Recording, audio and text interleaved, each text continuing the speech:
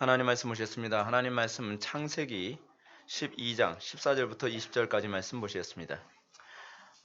구약성경 제 성경으로는 15페이지입니다. 창세기 12장 14절부터 20절까지 말씀 찾으셨으면 제가 봉독하겠습니다.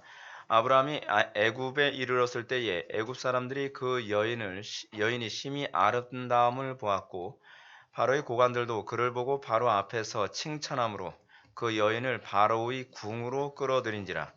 이에 바로가 그로 말미암아 아브라함을 후대함으로 아브라함이 양과 소와 노비와 암수 나귀와 낙타를 얻었더라. 여호와께서 아브라함의 아내 사레의 일로 바로와 그 집에 큰 재앙을 내리신지라. 바로가 아브라함을 불러서 이르되 내가 어찌하여 나에게 이렇게 행하였느냐? 내가 어찌하여 그를 내 아내라고 내게 말하지 아니하였느냐? 내가 어찌 그를 누이라 하여 내가 그를 데려다가 아내를 삼게 하였느냐? 내 아내가 여기 있으니 이제 데리고 가라 하고 바로가 사람들에게 그의 일을 명하매 그들이 그와 함께 그의 아내와 그의 모든 소유를 보내었더라. 아멘. 이 시간은 창세기 71번째 강의가 되겠습니다. 아브라함의 무능과 하나님의 은혜라는 제목으로 하나님 말씀 증거하도록 하겠습니다. 그 2017년 마지막 날입니다. 2017년 마지막 날에 이 설교를 한다는 건 상당히 좀 의미가 있습니다. 식사를 하면서도 과거에 하나님께서 저와 어떻게 동행하셨고 하나님께서 나의 삶을 어떻게 인도하셨는가를 간증하면서 이야기꽃을 좀 피우고 그랬는데요. 지나고 나서 보면은 나는 무능했고 하나님께서 여기까지 나를 간섭하시고 이끄셨구나라고 하는 고백밖에는 사실은 할 게 없었습니다. 뭐 겸손이다라고 얘기할 필요는 없습니다. 겸손이 아니라 팩트를 얘기하는 겁니다. 팩트. 그러니까 제가 이 겸손이라는 단어도 신앙생활하면서 굉장히 많이 바뀌었습니다. 겸손이라는 단어를 내 자신을 낮추는 거라고 생각을 했는데 알고 보니까 겸손이라는 단어는 그냥 있는 그대로 얘기하는 게 겸손이에요. 예. 낮추고 다시고 할 게 없어요. 우리는 워낙 낮은 사람인데 뭐 좀 자꾸 있는 것처럼 자꾸 하려고 하니까 하나님의 은혜를 자꾸 가로채고 하나님의 은혜의 영역을 마치 나의 영역이었던 것처럼 자꾸 뭐라고 이렇게 뻥을 이렇게 치게 되면 그게 이제 그게 교만이 되는 거죠. 오늘 본문 제목 딱 들으면 여러분들 무슨 얘기 하려는지 대충 알겠죠. 아브라함이 얼마나 무능했는데 하나님께서 아브라함을 여기까지 인도하셨는가에 관한 얘기가 사실 오늘 본문에 나오는 내용입니다. 우리는 아브라함이라고 하는 인물 굉장히 대단하게 생각하고 우리는 그거 가지고서 무슨 강해 설교라고 이제 우리가 인물 설교를 들을 때가 많이 있는데 사실은 성경의 내용으로 봤을 때 성경에 나오는 인물들이 우리가 이렇게 우상시 되어질 만한 사람들은 없습니다. 그냥 그 사람 됨은 하나님의 은혜일 뿐이지 그 별 볼 일 없는 사람을 하나님께서는 귀하게 쓰신 거죠. 그렇죠? 바울 같은 살인마를 하나님께서 귀하게 쓰신 겁니다. 성경에 나오는 인물들, 뭐 제가 다윗을 자주 언급하지만 다윗이라고 하는 인물 사실은 목동이면 그 당시에 3D 업종, 그죠? 가장 천대하는 그 직종, 냄새나는 직종. 근데 그 다윗 같은 인물, 별 볼 일 없는 사람도 하나님의 은혜 안에 들어가니까 새로운 피조물이요 영광스러운 삶을 살더라는 것이죠. 그러니까 시간이 가면서 특히 우리나라 안에서 일어나는 여러 가지 모습 보면서 우리의 가장 큰 죄악이 무엇일까라고 생각하면 우리의 가장 큰 죄악은 하나님의 은혜로 취급하지 않고 나의 위대함으로 자꾸 취급하려고 했던 것이 이것이 우리의 끔찍한 죄악이 아닌가라는 생각을 굉장히 많이 하게 됩니다. 그래서 오늘도 찬양하고 강단에 서기 전에 그냥 자꾸 이렇게 울컥하는 그런 게 자꾸 있는 거 있죠. 참 감사하다. 어떻게 여기까지 왔을까? 어떻게 1년이라는 시간을 이렇게 왔고 1년이라는 시간 기한 동안에 우리 교회가 어떻게 이렇게 세워질 수 있었을까라고 하는 그 한 해를 갑자기 머릿속에 싹 스쳐 지나가듯이 생각하는데 눈물이 왈칵 쏟아질 것 같은 그런 감격 같은 거 그런 게 좀 있습니다. 우리가 아브라함의 생애를 계속적으로 살펴봅니다. 아브라함의 생애를 이렇게 살펴보면은 아브라함의 생애 자체가 오직 은혜라는 교리를 가장 이렇게 많이 떠올리게 하는 인물이 아닐까라는 생각이 듭니다. 제가 지난 시간에 말씀드렸던 것처럼 아브라함이 본토 친척 아비집을 떠난 거, 우리는 이야 대단하지 않냐? 어떻게 그런 모든 유혹 다 뿌리치고 갈 수 있었을까? 근데 그 아브라함이 대단하지 않다는 걸 제가 지난 시간에 여러분한테 입증했습니다. 아브라함이 얼마나 비겁한 사람이에요? 아브라함이 얼마나 이렇게 못난 남자였어요? 그렇죠? 오죽 근데 여러분 제가 그 시대의 아브라함이라면 저는 이제 그런 와이프를 당연히 가지고 있지 않아서 다행이긴 한데 예, 뭐 그렇게 미인이 아니잖아요, 우리 집사람. 그래서 생명은 보존하고 살 수 있을 것 같은 그런 기쁨으로 제가 살아갑니다. 예. 근데 이 아브라함이 아내가 너무 이쁘니까 당신 그거 내 아내라고 얘기하지 말고 그냥 내 여동생이라 얘기해. 참 얼마나 우리 집에 가면 좀 편하진 않을 것 같은데. 아이 그렇잖아요. 강단에서 뭐 내 와이프 이쁘다 그러면 뭐 팔불출이라 그러는데. 근데 아브라함이 그 본토 친자 아비집에 떠난 사건, 여러분 이거요 믿음의 사건입니다. 근데 여러분 이것을 청교도들은 어떤 식으로 얘기했냐면 이 믿음이 여러분 믿음이라는 개념을 잘 이해하셔야만 합니다. 믿음은 하나님의 은혜가 부여되기 위한 하나님의 은혜의 수단이에요. 그러니까 이걸 우리는 믿음이라는 단어를 신약적 개념에서 어떻게 이해해야 된다 그랬죠? 채널, 통로 같은 거예요. 통로. 믿음은 내가 사용하는 게 아니에요. 하나님께서 이 사람에게 은혜를 주시기 위해서 하나님께서 사용하시는 통로거든요. 그럼 이걸 우리가 이렇게 생각합시다. 통로를 없앴어요. 그럼 어떻게 되는 거죠? 통로가 없어지면요. 그냥 원상태로 다시 돌아가는 거예요. 우리는 이거를 청교도들은 일시라고 얘기했습니다. 일시. 그러니까 문제는 뭐냐면 아브라함이 본토 친척 아비집을 떠난 사건, 이거는요 믿음의 행위지 사람의 힘으로 되질 않아요. 근데 믿음으로 그가 막 정말 그에게 본래 불가능했던 모습이 나타났다가 갑자기 하나님께서 그 은혜를 살짝 걷어갔어요. 살짝 걷어갔더니 어떻게 현상이 나타나요? 옛날 모습으로 다시 돌아와요. 사람이 비겁해지고 무능해지고 그게 우리가 지난 시간에 발견했던 아브라함의 모습 아닙니까? 그리고 하나님께서는 이런 과정 통해서 뭘 알게 되죠? 네가 잘나서 여기까지 온 거 아니야. 하나님의 은혜 때문에 그런 거야 라고 하는 걸 학습시키는 것이요. 근데 제가 여러분한테 두려워야 될 게 뭐라 그랬죠? 이게 여기서 딱 멈춰버리고 끝나버리면 이걸 일시라고 얘기해요. 일시. 근데 여러분 청교도들이 다 뭐라고 얘기하냐면 그 일시였을 때 그에게 나타난 것도 성령의 역사고 그것도 믿음이라고 얘기를 하는 거예요. 근데 그 믿음이 어떤 믿음이에요? 쭉 지속하는 믿음이 아니라 어떤 믿음? 일시 믿음이라는 거죠. 일시 믿음. 그러니까 우리가 굉장히 두려워야 되는 게 뭐라 했습니까? 우리가 본토 친척 아비집을 떠났어요. 그 사람 믿음으로 떠난 거예요. 교회 안에 그런 사람들 많거든요. 예를 들어서 여러분 대마도 그런 케이스거든요. 성경에도 그런 인물들 여럿 있어요. 본토 친척 아비집을 떠났단 말이에요. 그 사람 틀림없이 믿음으로 떠난 거예요. 여러분 우리는 그걸 의심할 수 없습니다. 근데 문제는 뭐냐면 그 사람 상당수의 교인들이 과거에 나도 굉장히 열심히 했고 탁월했고 근데 그것이 거기서 스톱 되는 거예요. 그래서 뭐만 얘기해요? 왕년에만 얘기하는 거예요. 왕년에. 지금은 내가 하나님과 동행하고 있는 어떤 흔적이 없는 거예요. 지금은 내가 하나님의 은혜 아래 있고 내가 하나님의 그 탁월함에 참여하고 있는 아무 흔적도 발견할 수 없어요. 근데 뭐라 하냐? 나도 왕년에 그랬어. 지금은 뭐죠? 그때 믿음이 있었으니까 구원받은 거겠지. 근데 그렇게 얘기할 수 없다는 거죠. 청교도들은 그렇게 보질 않아요. 그거는 일시였다는 거예요. 우리가 그리스도 안에서 정말 중생한 믿음, 그리스도께서 성령께서 우리 안에 내주하셔서 우리가 중생했을 때 우리에게 나타나는 것은 그 믿음이 일시적인 어떤 잠깐만 있었던 추억 같은 현상으로 생겼다가 딱 멈춰버리고 끝나는 것이 아니라 그것이 쭉 진행해 나간다는 거죠. 영원한 천성에 들어갈 때까지 쭉 진행해 나간다는 거예요. 그런데 문제는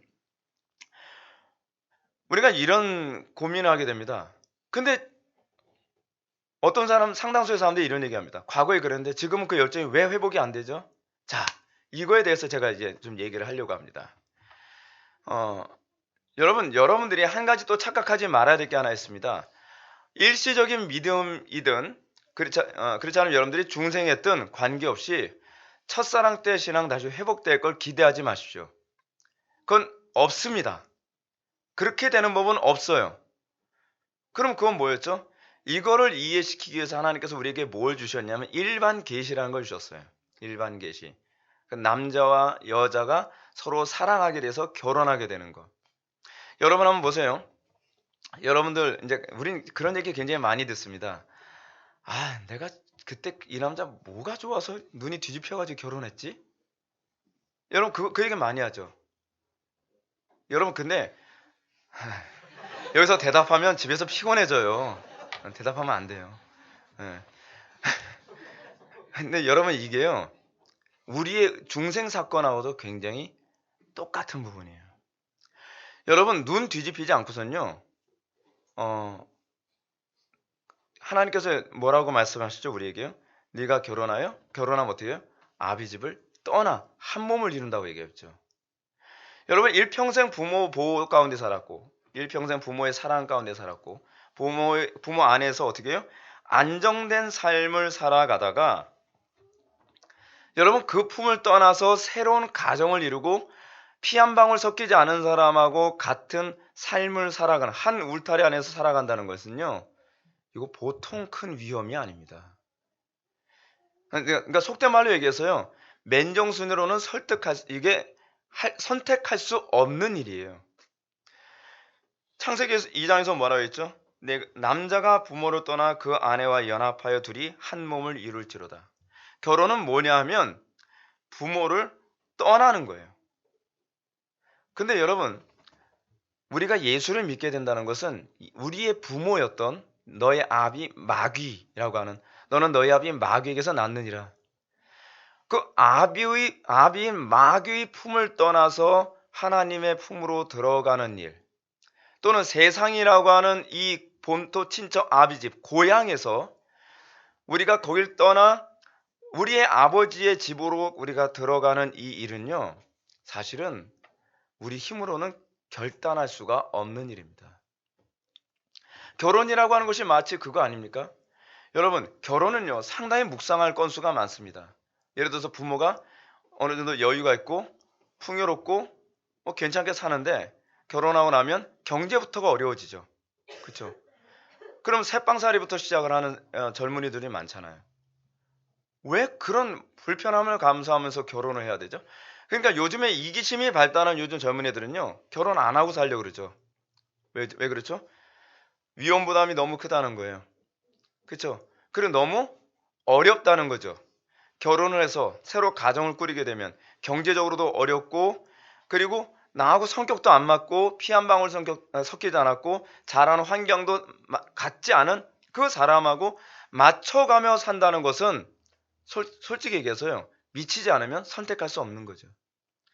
하나님께서 우리에게 결혼이라고 하는 것을 허락하신 것은 이게요. 그 방법, 이 호르몬 작용, 여러분, 이건 몇 년이 그 마지노선이라고요? 3년. 전 이런 얘기할 때마다 꼭 우리 교회 의사 선생님이 있는 게 되게 부담스러워요. 나중에 끝나서 목사님 3년 아닌데요. 2년 6개월인데요. 그러면 그냥 그렇게 끝납시다 그냥. 근데 이 기간, 근데 그 호르몬 작용이 결혼해서 결혼 생활 안에서는 안 생긴다는 거예요. 그죠? 근데 그 호르몬이 한번 작용을 한번 받으면 어떻게 해요? 눈이 뒤집히는 거예요. 옛말에 그런 말 있지 않습니까? 지 눈에 맞으면 뭐예요? 곰보도 이뻐 보인다는 이런 말 있잖아요. 그래서 힘든데도 불구하고 부모 집, 그러니까 아비 집을 떠나 가정을 이루게 하는 거죠. 여러분, 이거 우리의 중생 사건, 우리의 그 소위 구원받은 사건하고 너무 흡사하지 않습니까? 근데 문제는 뭐냐면 눈 뒤집혀서 서로 사랑하게 됐다고 해서 다 결혼하냐 이거예요. 아니죠. 연애 기간 동안에는 막 죽자 살자 이러다가 때로는 헤어지기도 하죠. 여러분 우리가 하나님을 믿는다고 했을 때 많은 사람들이 그런 사람들이 있어요. 집안에 반대도 심하고 막 많은 어려움이 있고 주변 사람 다 미친 짓이라고 얘기하고 그러면서 예수를 믿는다고 교회에 나와서 교회 신앙생활 하다가 점점 사그라들기 시작하죠. 시들어가기 시작해요. 근데 시들어가는데 문제는 뭐냐면 하나님에 대한 사랑이 그게 안 느껴지는 거예요. 나 첫사랑 때는 굉장히 열정적이었는데, 첫사랑 때 내가 엄청난 내가 박해와 어려움 겪어가면서도 나 교회 나왔는데, 근데 지금은 그런 열정이 안 생기더라는 거죠. 근데 이게 오늘 우리가 보고 있는 아브라함에게 나타나는 모습이에요. 아브라함이 본토 친척 아비집을 떠날 때는요, 이 사람은 어떤 박해와 어려움이 있어도 당당하게 다 해결할 수 있는 것 같은 거예요. 근데 하나님께서 그 은혜를 계속 주고 계신 게 아니죠. 걷어가셨어요. 그렇다고 그를 버린 건 아니시죠. 그가 이런 모습으로 살아가게 됩니다. 근데 하나님께서 그런 환경을 왜 주신다고요? 그런 환경을 통해서 네가 대단해서 본토 친척 아비집을 떠난 게 아니라 내가 너를 사로잡아서 본토 친척 아비집을 떠난 거야 라고 하는 걸 알게 해주시는 것입니다. 근데 문제는 뭐냐 하면 이제 중생하고 난 다음의 믿음의 삶이 다르다는 거예요. 자, 여러분 보십시오. 결혼하기 이전에 호르몬적이긴 했지만 그건 사랑이 아니었나요? 그 사랑이 아니었다고 얘기하면 곤란합니다. 사랑이에요. 근데 또 하나 문제가 뭐냐면 결혼하고 난 다음에 별로 뭐 뜨겁게 사랑하지도 않고 뭐 그렇다고 해서 뭐 미워하는 건 아닌데 그렇게 살아가는 그 사랑이 아닌가요? 그러니까 느낌이 없기 때문에 사랑이 아닌가요? 그것도 아니라는 거죠. 똑같이 믿음이란 개념이 그렇습니다. 우리는 자꾸 뭘 믿음이라고 얘기하냐면 뜨거운 것만 믿음이라고 생각을 한단 말이에요. 과거에는 굉장히 뜨거웠는데 굉장히 열정적이었는데 근데 우리는 그것만을 사랑이라고 생각했다가 어느 날 예수 믿고 거듭났단 말이에요. 중생하고 났는데 중생하고 나서 살아가는데 물론 내가 주님과 동행을 해요. 마치 내가 사랑이라는 그 호르몬적인 감각은 느껴지지 않지만 내 아내를 또는 내 남편을 아끼고 뭔가 자꾸 보살펴주고 필요를 뭔가 제공해주고 뭔가 그 사람을 기쁘게 해주고 싶고 이런 마음은 있지만 그때 같은 어떤 뜨거운 열정? 그런 사랑? 그건 안 느껴진단 말이죠. 그렇죠? 여러분 이것 때문에 많은 사람들이 혼란스럽게 생각을 합니다. 난 사랑이 식었나 봐. 그러면서 요즘 젊은 사람들은 그런다 그럽니다. 난 사랑이 식은 것 같아. 권태기인 것 같아. 권태기라고 하는 이 단어가 여러분 성경적인 단어가 아닙니다. 우리는 너무 이 심리학자들이 만들어낸 용어에 쉽게 넘어가죠. 권태기가 아니에요. 그럼 뭐라고 해석을 해야 되죠? 새로운 방식의 사랑을 시작해야 됐다는 거예요.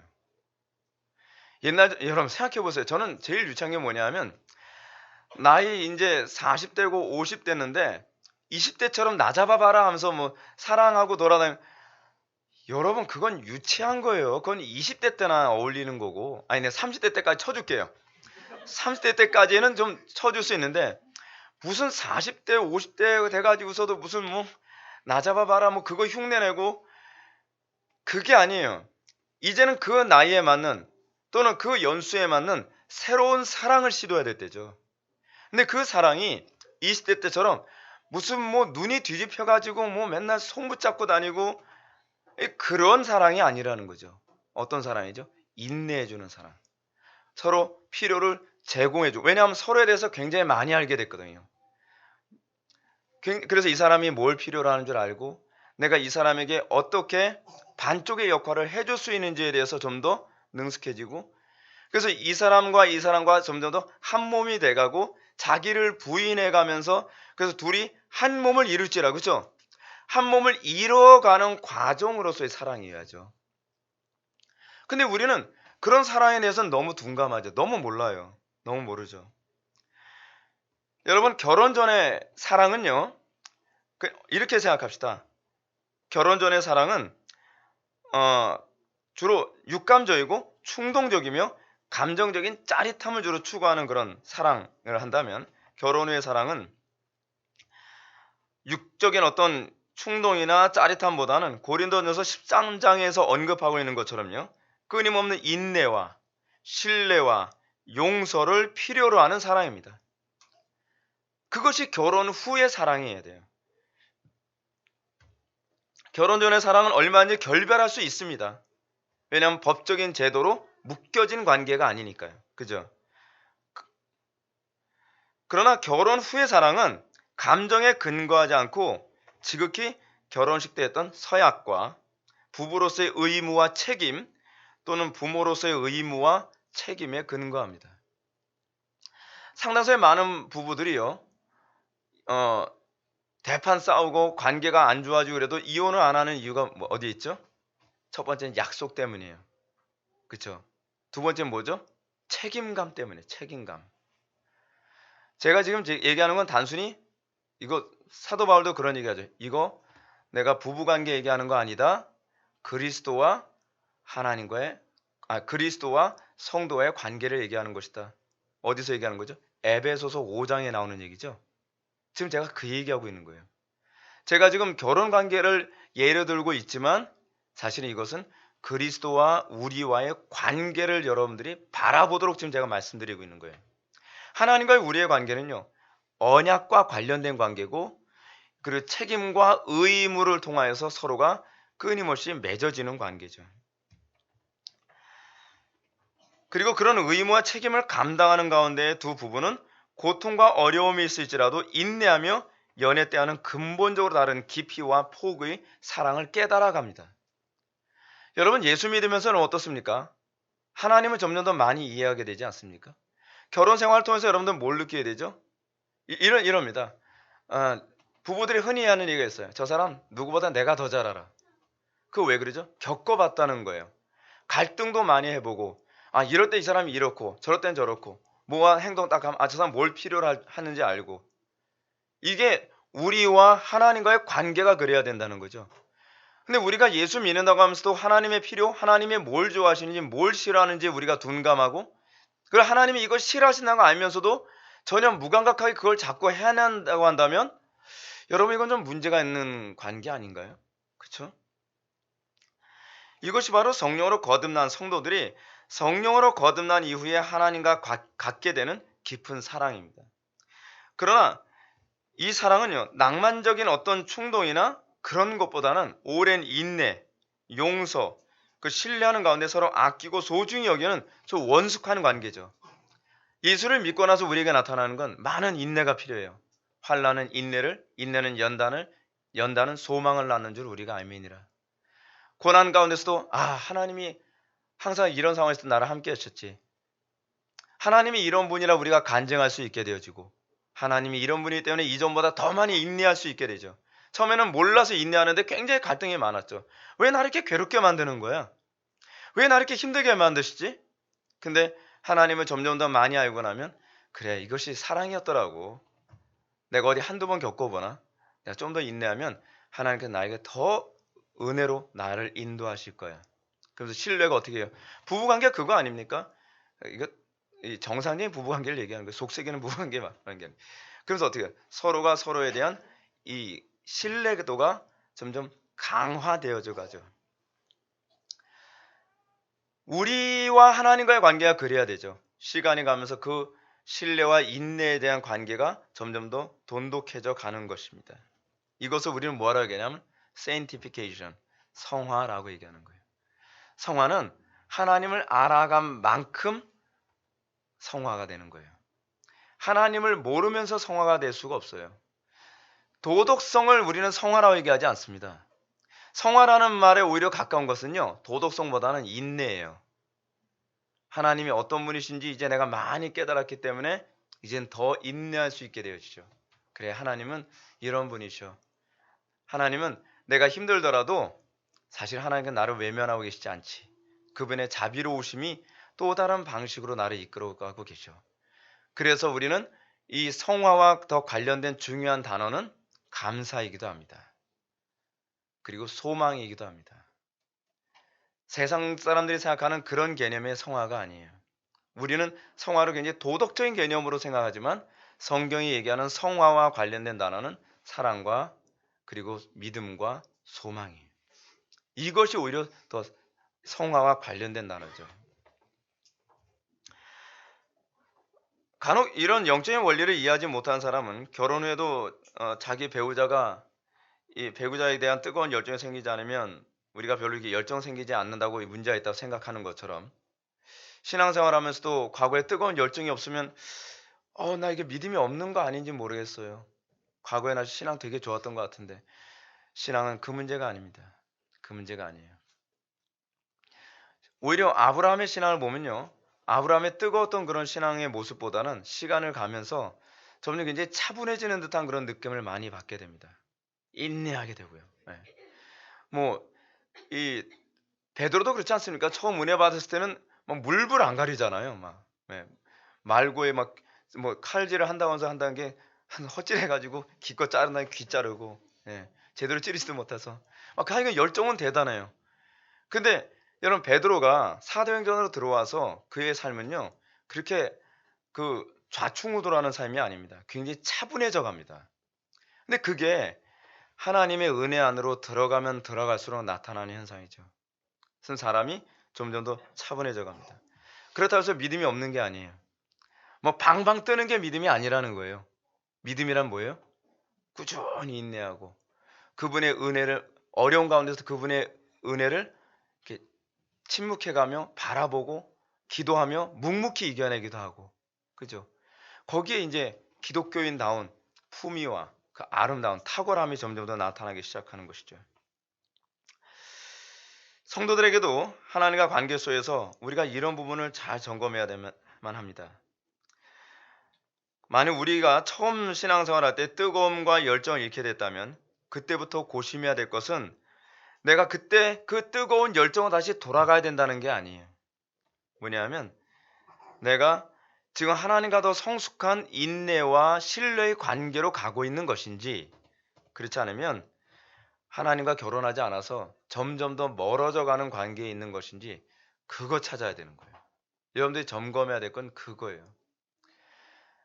교회 안은 그래서 두 종류의 사람이 있죠. 하나는 뭐냐면 과거에 뜨거운 신앙을 가졌다고 하는 건 똑같은데 한 사람은 그 고난 가운데서도 하나님과 조금씩 더 가까워지고 하나님에 대한 이해가 점점 더 풍부해져 가는 사람이 있어요. 뭐 그렇다고 해서 그 사람에게 뭐 병을 고치고 뭐 능력을 행한다든지 무슨 뭐 다이나믹한 신앙생활이 뭐 나타나는 건 아닌데 그냥 묵묵히 기도하면서 묵묵히 인내하면서 그래서 하나님께 대한 그 소망, 하나님께 대한 그 신뢰를 포기하지 않고 계속 나아가는 그러면서 하나님의 어떠하심에 대해서 정말 이렇게 묵직하게 간증할 수 있는 그런 사람이 있는가 하면 어떤 사람은 문제와 고난과 어려움 속에서 하나님에 대한 신뢰를 점점 더 버리고 더 멀리 가고 그리고 더 세상에 빠져들어가는 사람이 있죠.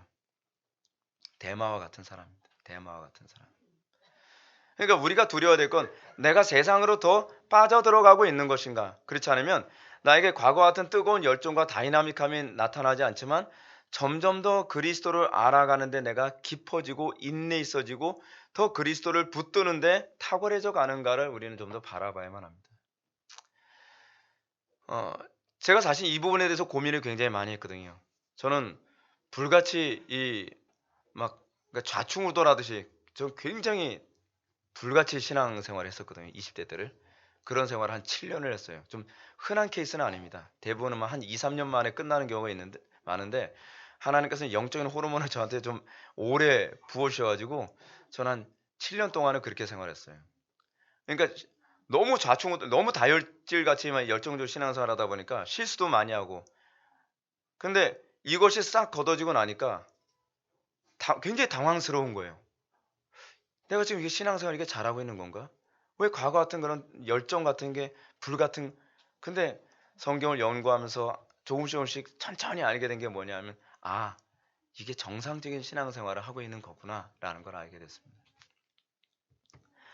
그러므로 우리가 오해하고 있는 구조 중에 하나가 뭔지 아세요? 요한계시록 2장 4절에 그러나 너를 책망할 것이 있나니 너의 처음 사랑을 버렸느니라 라고 하는 이 부분입니다. 이거 에베소 교회에게 얘기하는 거죠. 그렇죠? 에베소 교회가 처음 사랑을 버렸대요. 근데 이 부분을 저도 이제 성경을 연구하면서 이제 좀 더 명확하게 알게 된 건데 처음 사랑을 버렸다라고 하는 얘기를 첫사랑을 버렸다고 제가 생각을 했어요. 근데 이 본문이 첫사랑을 버렸다는 얘기가 아니에요. 이 단어 잘 보면 첫사랑이 아니라 처음 사랑이에요. 첫사랑을 버렸다는 얘기가 아니라 처음 사랑을 버렸다는 거예요. 물론 영어 번역을 보게 되면 first love라고 되어 있어요. first love. 근데 이 first love 이것이 이제 first love를 잘 번역하면 뭐 첫 번째 사랑이라고도 이렇게 번역이 가능하지만 이 헬라어 단어로는 프로토스라고 하는 단어를 사용하는데 프로토스는 최고의 사랑을 얘기하는 거예요. 최고의 사랑을 버렸다. 우리가 언뜻 이 단어만 보면 이 말은요. 여러분이 흔히 생각하는 것처럼 내가 첫사랑의 열정을 버렸으므로 내가 너를 버리겠다. 그렇게 이해할 수 있는 표현이거든요. 근데 그게 아니에요. 문맥적으로 보면요. 그게 뭐냐면 에베소 교회가 어떤 특징을 가지고 있었죠? 에베소 교회가 처음에 바울이 세운 교회입니다. 근데 바울이 개척을 해서 세운 교회인데 에베소 교회가 정말 사랑도 많았고요. 그러면서 교리적인 전쟁도 굉장히 많이 했던 그 교회였습니다. 그래서 이단을 솎아내고요. 그리고 잘못된 것을 바로잡는 일에 앞장섰어요. 근데 문제는 뭐냐면 이거는 좋았는데 이단을 솎아내고 잘못된 것을 분별해내고 이것이 잘못됐다는 거 아주 날카롭게 비판하면서 이거 분별하는 것을 잘했는데 문제는 뭐냐면 교회 안에 성도들 간의 사랑이 없어지기 시작한 거예요. 처음 사랑이라는 건 그거예요. 처음에 너희들이 서로 뜨겁게 사랑하던 것 있지 않았니? 근데 너희들이 그 뜨겁게 사랑하던 것이 없어졌다는 것을 책망하고 있는 겁니다. 첫사랑을 얘기하는 것이 아니라 처음에 너희들이 어떻게 사랑했는지를 기억하라는 겁니다. 성도가 어떻게 사랑을 했는지. 그래서 지금 에베소 교회를 향해서 그 요한계시록에서 얘기하는 얘기는 무슨 얘기냐면 너희들이 이것도 행하고 저것도 버리지 말아야 할지니라의 개념이에요. 무슨 말인지 아시죠? 너희들이 이단이라든지 잘못된 가르침을 주로 우리 교회가 그런 거에 굉장히 좀 강하지 않습니까? 그런 거짓된 가르침을 분별하는 거 좋다. 근데 이것도 버리지 말아야 되지만 너희들이 서로 끈끈하게 뜨겁게 사랑하는 것도 버려서는 안 될 것이다. 너희가 만약에 이 분별을 잘한다고 해서 너희들이 하나님 편에 있다고 생각하면 곤란하다. 너희들이 사랑하는 것이 없다면 이 촛대를 옮기고 말 것이다 라고 얘기하고 있는 것이죠. 그래서 에베소 교회에게 뭐라고 얘기합니까? 내가 내게 임하여 내 촛대를 그 자리에서 옮기리라. 저는 우리 교회가 정말 탁월하게 분별하고 논증 잘하고 변증을 잘하는 교회로서만 머물러 있는 것이 아니라 탁월하게 사랑하는 교회로서 같이 머물러 있어야 된다고 생각을 합니다. 그것이 하나님께서 우리 회복의 교회에게 요구하는 바라고도 생각이 들어요. 자, 그러므로 아브라함에게 나타난 현상은요. 본토 친정 아비집을 떠나 가나안 땅에 들어서기 전까지의 담대함이 이젠 보이질 않습니다. 그는 마치 처음 연애 감정을 가지고 미친 듯이 사랑하던 그 감정이 사라진 연인의 모습을 보는 것 같습니다. 이렇게 미친 듯이 사랑하는 듯하는 감정이 사라진 상태에서 믿음의 시련을 만나게 되자 아브라함은 본래의 모습을 이제 보이기 시작합니다. 어떤 모습이죠? 비겁하고 연약하고 무기력한 이 쓸모없는 인간. 네. 어떻게 사라가 내가 이런 남자하고 결혼했어? 뭐 그런 생각이 들 수도 있는. 그래요. 아브라함은 자기 아내를 누이라고 속인 상태에서 무기력하게 애굽인들 사이에서 그냥 적응하는 거에만 그냥 관심을 갖고 있는 거예요. 여러분들이 한 가지 좀 생각을 좀 달리해야 될 게 있습니다. 성격대로 믿는다는 말 너무 이렇게 신뢰하지 마세요. 예. 아브라함 같은 사람도 있습니다. 이렇게 얘기하면 사람들이 어떻게 생각할까요? 아니, 아브라함 같은 사람도요, 이렇게 탁월해질 수 있다니까요. 저는 제가 우리 자녀들에게도 항상 갖는 소망이 뭐냐면 딴 건 없어도 돼. 믿음만 들어가면 다 해결돼. 믿음이 최고야. 믿음이 최고야. 근데 과거에 저희 어머니가 그랬거든요. 딴 건 없어도 믿음만 들어가면 최고야. 근데 저는 옛날에 금보다 귀한 믿음이란 말이 잘 이해가 안 되는데 시간이 갈수록 굉장히 많이 느껴요. 믿음만 들어가면요. 아브라함 같은 사람도 이렇게 멋져진다니까요. 믿음이 없으면요. 아무런 소망이 없는데 믿음만 들어가면 이 가능성은 무궁무진합니다. 왜냐하면 하나님 나라의 부유함, 그 기업이 얘네들 것이 되기 때문에 그런 거죠. 여러분들이 이거 경험했다면요. 여러분들의 자녀에게 믿음 대신에 딴 거 줄 생각 안 할 겁니다. 야, 학벌보다 더 중요한 게 믿음이란 건 모르니? 돈보다 더 귀중한 게 믿음이라는 건 모르니? 성공보다 더 귀중한 게 믿음이라는 건 모르니? 넌 믿음만 소유하면 돼. 그럼 하나님께서 이 모든 것 더하여 주실 거야. 책임져 주실 거야. 이 소리가 여러분들 입에서 자녀들에게 나오게 되어 있어요. 믿음이 얼마나 소중한지 알면요. 근데 이걸 경험을 못하니까 야, 믿음이 밥 먹여주니? 이런 얘기가 그냥 아무렇지도 않게 기독교인들 입에서 나오는 거죠. 자, 그럼 14절부터 15절의 말씀을 보게 되면 아브라함의 무능이 어느 정도였는지를 우리는 발견할 수 있게 됩니다. 다 같이 읽어보실까요? 시작. 아브라함이 애굽에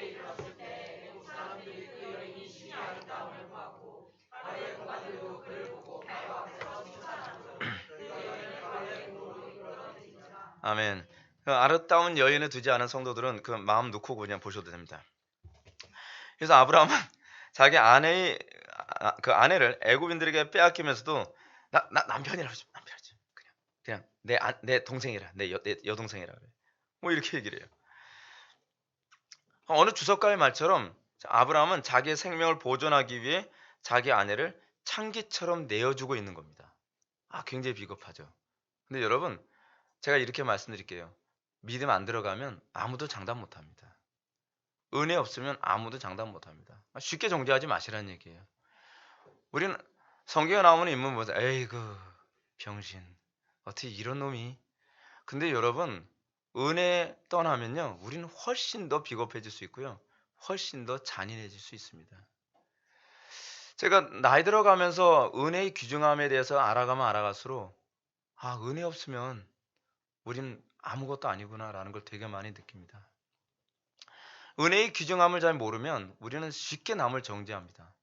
마치 베드로처럼 저 사람은 다 버릴지라도 나는 버리지 않겠나이다. 근데 정작 자기가 제일 지독하게 버렸잖아요. 예수님을요. 근데 이런 아브라함의 태도는 조카 롯이 소돔 땅에서 천사와 자기 안전을 보존하기 위해서요. 성난 군중들에게 어떻게 하죠? 내 두 딸 가지고 놀아. 그 대신에 우리한테는 손대지 마 했던 모습하고 별반 차이가 없어요. 이게 인간의 추잡한 모습이에요. 인간의 저질스러운 모습. 여러분, 인간이 그렇게 고상한 존재가 아닙니다. 하나님의 은혜가 떠난 인간의 모습은요, 요즘 우리 보게 되잖아요. 얼마나 저질이 될 수 있는지. 캐나다 같은 나라 보십시오. 하나님의 은혜가 떠났을 경우에 얼마나 사람이 짐승같이 바뀌어갈 수 있는지를 우린 보고 있잖아요. 여러분, 그게 사람이에요. 여기서 이제 철학과 이 기독교의 차이가 나는데, 철학은요 인간에 대한 평가를 해서 이걸 인간론이라고 하죠. 인간에 대한 평가 되게 비관적으로 해요. 얘는 인간의 전적 타락을 믿으니까요. 근데 철학은 인간에 대한 평가를요 굉장히 낙관적으로 해요. 그게 바로 토마스 아퀴나스 같은 사람, 뭐 그런 개념이죠. 이 토마스 아퀴나스 정도 지나게 되면 나중에는 칸트 같은 사람이 굉장히 인간을 낙관적으로 보거든요. 근데 거기서 더 낙관적으로 보니까 이 헤겔 같은 사람은 인간을 신의 경지까지 올려놓는 거예요. 여러분, 인간의 존재는 그렇습니다. 인간의 존재는 그래요.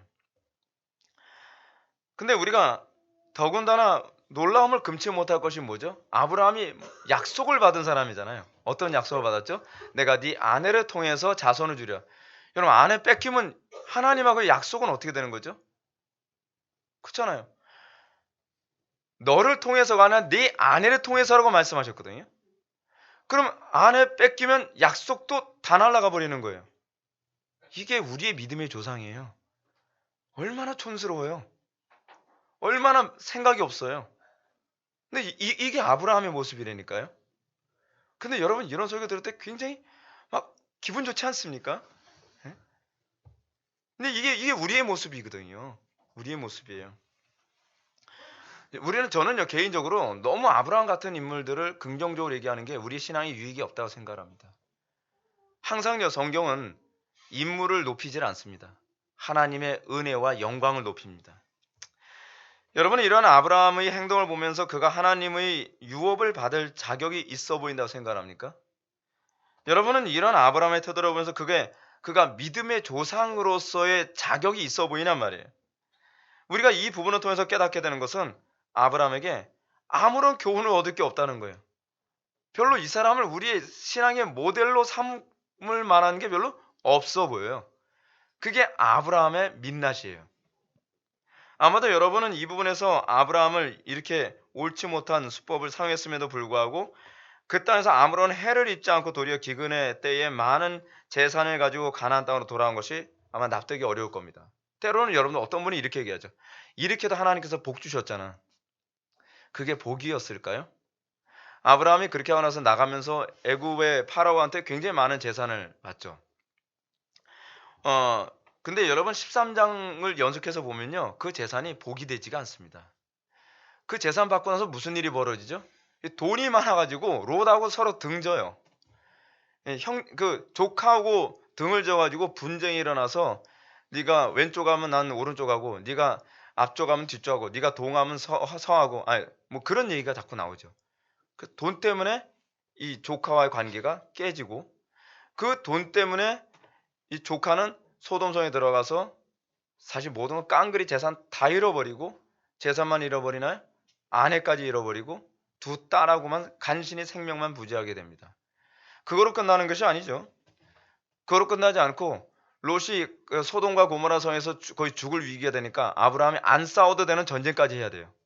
자기 수하에 있는 군인들 데리고서 롯의 그 가족들을 다시 되찾아오기 위해서 목숨 걸고 또 전쟁까지 해야 되는 그런 상황까지 가는 거예요. 여러분 적당히 타협해서 얻는 그것이요. 지금 당장은 여러분 복처럼 보일지 모르지만 이런 식으로 재앙이 될 수 있다는 걸 기억하셔야만 합니다. 아브라함이 이렇게 해서 얻은 것이요. 절대로 복이 되지 않습니다. 이것 때문에 아브라함은요. 고생 직사도로 갑니다. 직사도로 해요. 그러나 우리는 이제 아브라함의 이런 무능과 죄악됨에도 불구하고 하나님께서 아브라함을 어떻게 약속의 자녀로 삼기 위한 작업을 계속해 나가시는지 17절부터 19절의 말씀을 한번 좀 살펴보시기 바랍니다. 제가 읽겠습니다. 여호와께서 아브라함의 아내 사레의 일로 바로와 그 집에 큰 재앙을 내리신지라. 바로가 아브라함을 불러 이르되 내가 어찌하여 나에게 이렇게 행하였느냐? 내가 어찌하여 그를 내 아내라고 내게 말하지 아니하였느냐? 내가 어찌 그를 누이라하여 내가 그를 데려다가 아내를 삼게 하였느냐? 내 아내가 여기 있으니 이제 데려가라 하시고. 아멘. 오늘 본문을 통해서 우리는 아브라함이 얼마나 하나님의 약속을 받기에 무능한 존재인지 깨닫게 됩니다. 제가 왜 자꾸 이런 말씀 드린지 아세요? 하나님의 약속받는 건요. 여러분들이 의로워서 받은 게 아니에요. 여러분들이 의지가 대단해서 받는 게 아니에요. 여러분 바울이 뭐 의지가 대단해서 은혜 받았습니까? 아니에요. 가다 보니까 그냥 은혜 받은 거예요. 근데 거저 받은 건 아니죠. 제가 오늘 난예배 때 말씀드렸죠. 누군가는 그 사람 위해서 기도한 거예요. 누군가는 그 사람 위해서 그만큼의 희생의 제사를 드린 거예요. 여러분 우리 주변에 어떤 사람이 은혜를 받고 구원받게 됐을 때 거저됐다고 생각을 하죠. 이 사람은 쉽게 예수 믿었는데요. 겉보기야 그렇죠. 근데 이 사람이 은혜를 받고 하나님의 사람 되기 전에 보이지 않는 곳에서 누군가가 피눈물 흘리면서 기도했을지도 모른다는 거 여러분 알고 계십니까? 여러분 하나님의 역사는요. 거저 돌아가질 않습니다. 은혜라고 해서 거저라는 말은 아니잖아요. 누군가는 대가를 치르거든요. 제가 노아 사건 말씀드리면서 그런 얘기했지만 아브라함이 등장하기 이전에 누구의 기도가 전제됐을 거라고요? 노아가 몇 년이요? 수백 년을. 하나님의 역사는요. 굉장히 우직하게 돌아갑니다. 가볍게 돌아가지 않습니다. 하나님의 역사가 진행되기 위해서 하나님께서는 그의 택한 백성들의 많은 인내와 기도와 희생, 제사장적 삶을 굉장히 많이 요구하세요. 그리고 그 과정을 통해서 하나님의 나라는 굉장히 묵직하게 움직여 나갑니다. 굉장히 묵직하게 움직여 나가요. 우리가 생각하는 것처럼 가볍지가 않습니다. 근데 아브라함이 이렇게 하나님의 약속을 받기에도 합당하지 못할 정도로 이렇게 아무런 저항도 하지 않고 쉽게 자기 아내를 내어준 이런 상황. 그런데 아브라함의 이런 무능한 태도에도 불구하고 하나님 당신 자신의 신실함을 보여주십니다. 하나님께서는 아브라함의 아내 사레의 일로 바로와 그 집에 큰 재앙을 내리십니다. 그래서 애굽에 이 아브라함이요 머무르지 못하게 하세요. 여러분 이게 묘한 겁니다. 이게요 은혜 받고 안 받고의 차이가 여기 있습니다. 여러분 뭐가 은혜죠? 내 마음대로 척척 풀리는 게 은혜입니까? 정반대예요. 하나님의 시간표에서는요 내 마음대로 안 되는 게 여러분 은혜입니다. 만약에 아브라함이 애굽에 가서요 자기 마음대로 이야 나 은혜 받았나 봐 진짜. 애굽에서 하는 일마다 척척 풀리고 뭐 아내 뺏어갈 줄 알았더니 안 뺏어가고 파라오가 얼마나 우호적인지 나 그냥 여기서 그냥 터잡고 살래. 그렇게 만들도록 놔두는 게 그게 은혜가 아닙니다. 하나님께서 어떻게 하시죠? 거기에 털을 못 잡게 하세요. 아브라함이 그래 내가 언약 백성인데 내가 이러면 안 되지. 다 뿌리치고 난 그래도 믿음 좋잖아. 나 용기 있으니까 까짓 거 파라오가 뭐라 그래도 난 무조건 돌격이야. 무조건 가나안. 여러분, 아브라함에겐 그런 거 전혀 없습니다. 아브라함은요, 떠밀리다시피 해서 다시 가나안 땅으로 갈 수밖에 없게 됩니다. 우리의 인생은 어떤지 아십니까? 우리의 인생은요, 마치 하나님께 떠밀리듯이 나는 본성적으로는 세상이 좋고 본성적으로는 하나님의 약속을 받을 만한 자격이 전혀 없음에도 불구하고 하나님께서는 세상에 빠져나가려고 하는 것도 간섭하시고 그걸 뭐라 그러죠? 아들처럼 대우하심. 하나님께서 끊임없이 우리가 세상에 빠지지 않도록 이리 막으시고 저리 막으시고 그래서 여러분 우리가 여기 앉아 있는 거예요. 여러분들이 잘나서 여기 앉아 있는 게 아닙니다. 여러분들이 똑똑하고 여러분들이 의지가 대단하고 그때 내가 결단하기 잘했어. 그래서 내가 회복의 교회 와서 내가 은혜 받았잖아. 착각하지 마십시오. 여러분들이 결단해서 은혜 받고 그런 거 없습니다. 하나님께서요. 그냥 인내케 하시고 하나님께서 여러분들을 강권적으로 인생을 간섭해가며 진리의 길을 걸어가게 하시는 것입니다. 근데 이 아브라함에게 이 애굽의 재앙이 내렸던데 그 재앙이 무엇일까요? 재앙의 내용이 뭔지 아세요? 아는 사람 있나요? 아무도 몰라요. 근데 재앙의 내용이 무엇인지 아무것도 알 수 없지만 추론해낼 수는 있습니다. 뭐냐면 그 사례라고 하는 여자 있지? 그 아브라함의 아내야. 라고 하는 거 깨닫게 하는 어떤 재앙이었던 것 같아요. 그러니까 이 재앙 사건이 일어나고 난 다음에 파라오가 열이 받아서 아브라함 부릅니다. 아브라함 불러서 뭘 얘기해요? 너 왜 네 아내라는 거 얘기 안 했어? 이 얘기가 갑자기 튀어나오죠. 근데 이 얘기가 튀어나오는 이유가 이런 겁니다. 재앙이 터졌어요. 여러분 재앙 터졌다고 알 수 있는 방법이 있나요? 재앙이 그런 거 설명 안 해주죠. 그런 재앙이 터지고 나면 과거에 파라오들에겐 주변에 뭐가 있죠? 마법사들 있죠. 주술사들. 그런 사람한테 물어봅니다. 왜 이런 재앙이 생기지? 왜 이런 뭐 지진이라든지 그렇지만 전염병이라든지 뭐 이런 일이 생겼겠죠. 이런 일이 생겼을 때 이제 물어봅니다. 이유가 뭔 것 같아? 그럼 이제 수리수리 마수리 하겠죠. 지팡이도 막 돌려보고 뭐든 뭐 젓가락도 한번 던져보고 그랬더니 뭐라고 얘기하냐면 하나님께서 그 마술사의 입을 통해서 말씀하시죠. 발람 사건도 여러분 기억나십니까? 민수기 22장인가 거기 나오는 발람 사건에서도 하나님께서 발람을 통해 하나님 뜻을 전하시죠. 하나님께서 그 방법을 사용하신 거로 보는 것이 틀림없습니다. 이건 제 생각이 아니라 학자들의 의견이에요. 그러니까 그걸 물어봤을 때 똑같은 얘기가 나오는 거죠. 저희가 점을 쳐봤는데요.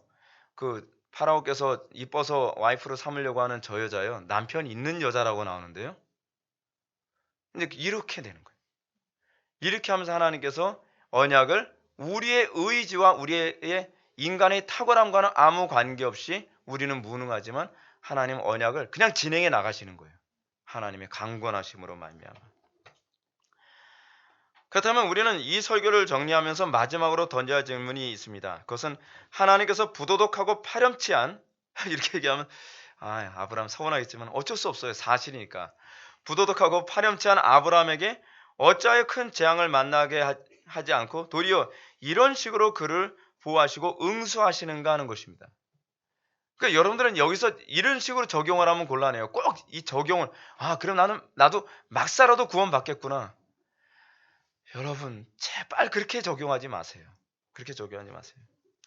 막 살아도요. 택한 백성은 그만큼의 대가를 치르게 하십니다. 근데 택한 백성이 아닐 경우에는요. 여러분 막 살면요. 잘 사라져요. 그거 복 받았다고 생각하지 마십시오. 정말 빨간불 켜져야 됩니다. 빨간불 켜져야 돼요. 그럼 이것에 대한 의문, 이것은 뭡니까? 여기서 우리가 염두해야 될 것. 첫째로 하나님은 아브라함의 이 사건을 통해서 그가 나일강이 주는 풍요로운 혜택에 매료되어 애굽에 지속적으로 털을 잡지 못하도록 하셨다는 겁니다. 역사 그리고 약속을 진행해 나가시는 분은 하나님의 주권입니다.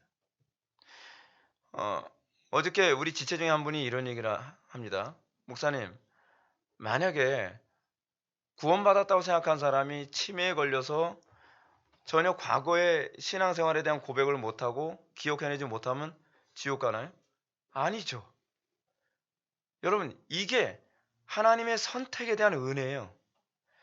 여러분 우리가 입술로 어떤 고백을 했기 때문에 천국과 지옥을 결정하는 게 아닙니다. 믿음이 들어갔으면 그가 기억을 못해도 구원받은 건 구원받은 거예요.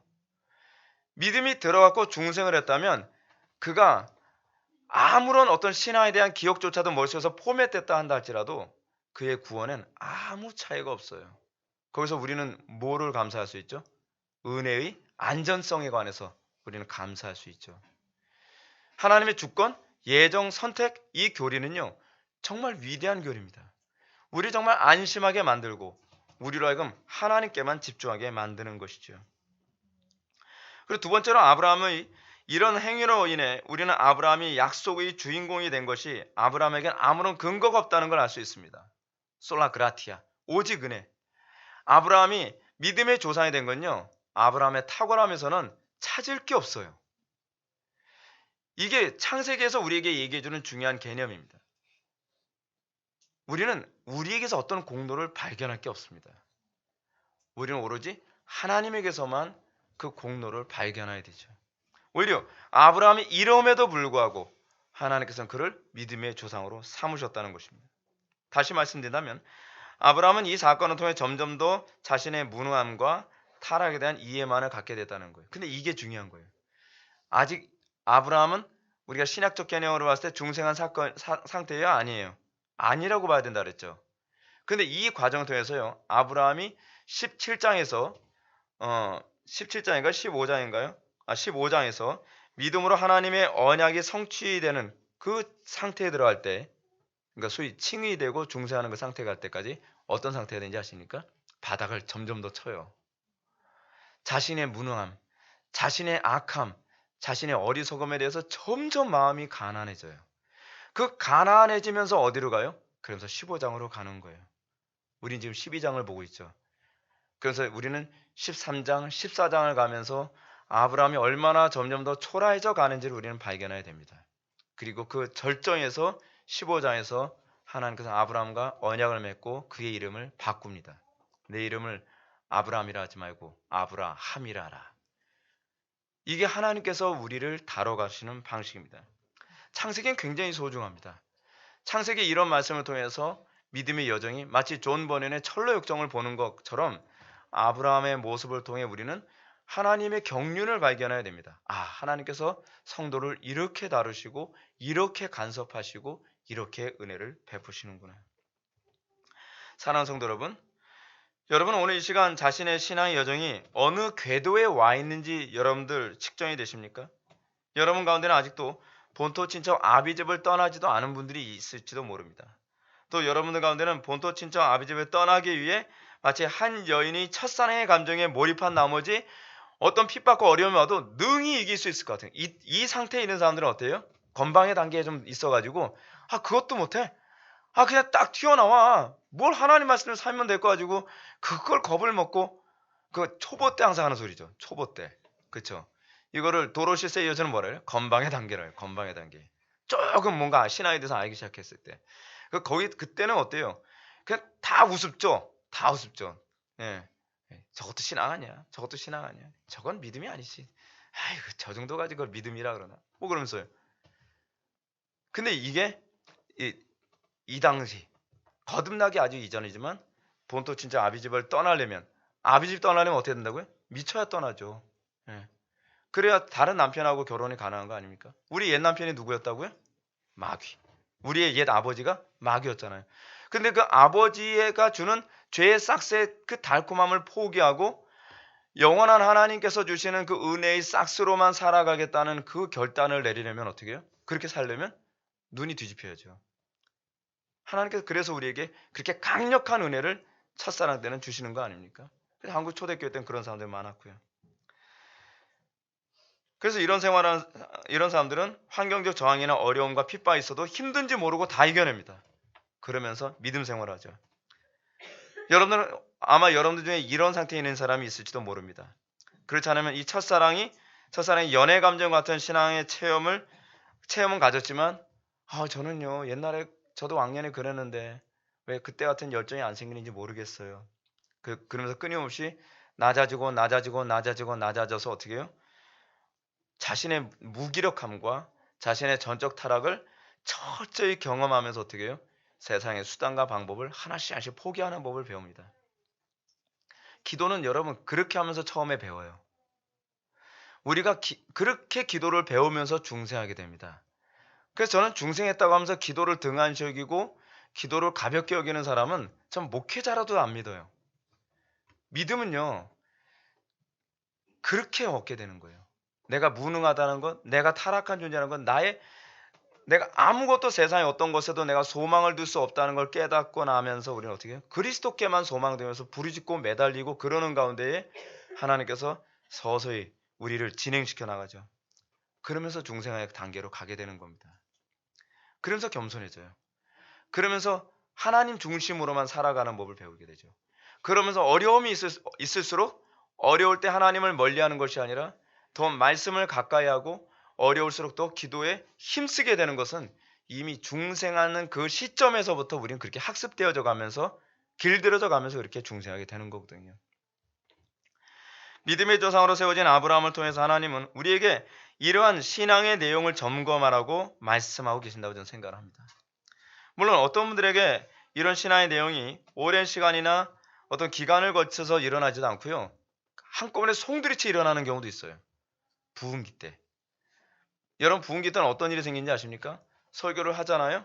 그때 그 자리에서 그 즉시 자각을 해요. 아, 나 죄인이구나. 그래서 성령께서 강력하게 질책을 하시니까 그 안에서 막 떼굴떼굴 구르면서 막 괴로워서 못 견디고 막 거기서 막 바닥에 뒹굴고 막 그러면서 철저히 마음이 가난해지고 그 안에서 그러면서 그 자리에서 중생이 일어나는 경우도 많이 있어요. 여러분 부흥기 때 보게 되면요. 설교하고 나서 그 다음날 새벽에 막 회심하는 경우가 얼마나 많은지 모릅니다. 왜냐하면 밤새도록 그것 때문에 막 마음을 찢어가면서 상한 심령이 돼가면서 그 과정을 거치면서 막 중생하거든요. 중생 그렇게 쉽게 하는 거라고 생각하면 곤란합니다. 우리는 너무 쉽게 배웠는데 그게 중생 그렇게 쉽게 되지 않아요. 여러분 애 쉽게 납니까? 애 쉽게 못 나요. 우리는 중생 다시 태어나는 거거든요. 해산의 수고를 해야 되는 거거든요. 목회자는 해산의 수고를 하고요. 여러분 애기는 쉽게 태어납니까? 여러분들 기억이 없죠? 근데 여러분들 애 낳아보신지 알죠? 애들 태어나면 얼마나 엄마 몸에서 나올 때 힘들게 나오는지 머리가 에이리언이 돼서 나와요. 머리가 이렇게. 그죠? 굉장히 애를 쓰면서 나오는 거거든요. 가진 애를 다 쓰면서요. 중생이라는 게 그렇게 간단한 문제가 아닙니다. 쌍방이 힘을 써야 돼요. 엄마도 힘을 쓰고 애도 힘을 쓰는 것처럼. 설교자가 힘쓰고 회중들도 똑같은 아픔을 느껴가면서 그 과정을 통과하면서 중생해요. 여러분 예수님도 뭐라고 말씀하시죠?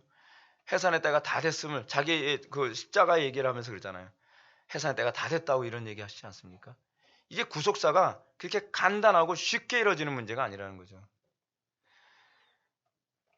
여러분 사도행전 2장을 보게 되면 베드로의 설교를 듣고 사람들은 큰 감동을 받고 기분이 좋아졌다거나 낭만적으로 됐다고 얘기하지 않습니다. 오늘날 가짜 부흥은 어떻죠? 설교는 목사님 오늘 은혜 받았어요. 오늘 감동 받았어요. 다 가짜예요. 진짜는 뭐냐면 사도행전에서 얘기하는 것처럼 말씀을 듣고 난 무리의 반응, 이 말을 듣고 마음에 찔려 베드로와 다른 사도들에게 물어 이르되 형제들아 우리가 어찌할까 하거늘 이 과정을 거치면서 십자가 체험으로 가게 되는 겁니다. 지금 이 시간도 구원받기에 아무런 자격이 없는 여러분들을 십자가로 인도하시는 성령님을 찬양하시기 바랍니다. 회심으로 가기 전에 하나님께서는 여러분들 이 과정을 통해 여러분들 십자가로 몰아붙입니다. 생각해 보세요. 맨정신으로 십자가 선택하겠습니까? 제가 오늘도 식사하면서 우리 교회 지체하고도 그런 얘기 나누는데 저 이렇게 살고 싶지 않았어요. 저도 편하게 살고 싶었어요. 저 고달프게 살고 싶지 않았어요. 여러분들이 봤을 땐 저는 의인처럼 보입니까? 저 사람 태어날 때 아래서 태어났을 거야. 뭐 그렇게 생각합니까? 아니거든요. 저도 똑같아요. 저도 이렇게 살기 싫어요. 근데 하나님께서 저를 그렇게 몰아가시는 거예요. 몰아가시는 거예요. 그리스도만을 붙잡지 않고서는 견딜 수 없을 정도로 몰아가시는 거예요. 그러면서 정말 십자가 잡고 싶지 않았거든요. 그 괴롭거든요. 근데 하나님께서 몰아가시는 가운데 십자가밖에는 소망이 없다는 안목을 서서히 열어주시는 거예요. 그러면서 십자가를 잡는 것이 십자가 안에만 안식이 있다는 것을 깨달아 알게 하시면서 하나님은 그 백성들을 그렇게 이끌어 가신다는 것을 알게 되는 거죠. 사랑하는 성도 여러분, 하나님께서 여러분들 힘들게 만드신다고 생각합니까? 맞아요. 저도 하나님 때문에 굉장히 힘들었어요. 그래서 지금도 굉장히 힘들기도 해요. 근데요, 감사한 건 뭐냐면 십자가가 소망으로 보이게 되는 건요, 은혜가 아니어서는 불가능합니다. 근데 여러분은 그걸 어떻게 생각하시죠? 신비적인 방법으로 어느 날 십자가가 갑자기 소망으로 보일 거라고 생각을 하죠. 모르겠어요. 근데 저는 그렇지 않더라고요. 저는 하나님께서 끊임없이 십자가의 당위성을 설득해 가셨어요. 고난을 통해서.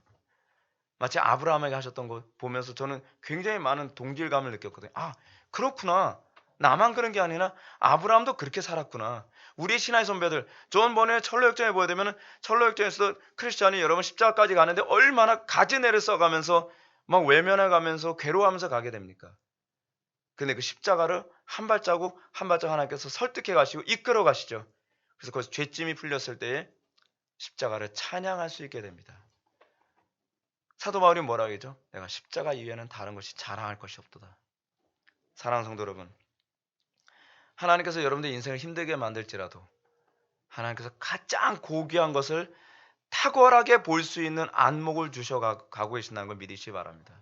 그 과정을 통해서 하나님의 자녀답게 만들어가고 계시는 거예요. 쉬운 길이 아닙니다. 타락한 우리의 본성으로는 그 길이 아름다워 보이지 않습니다.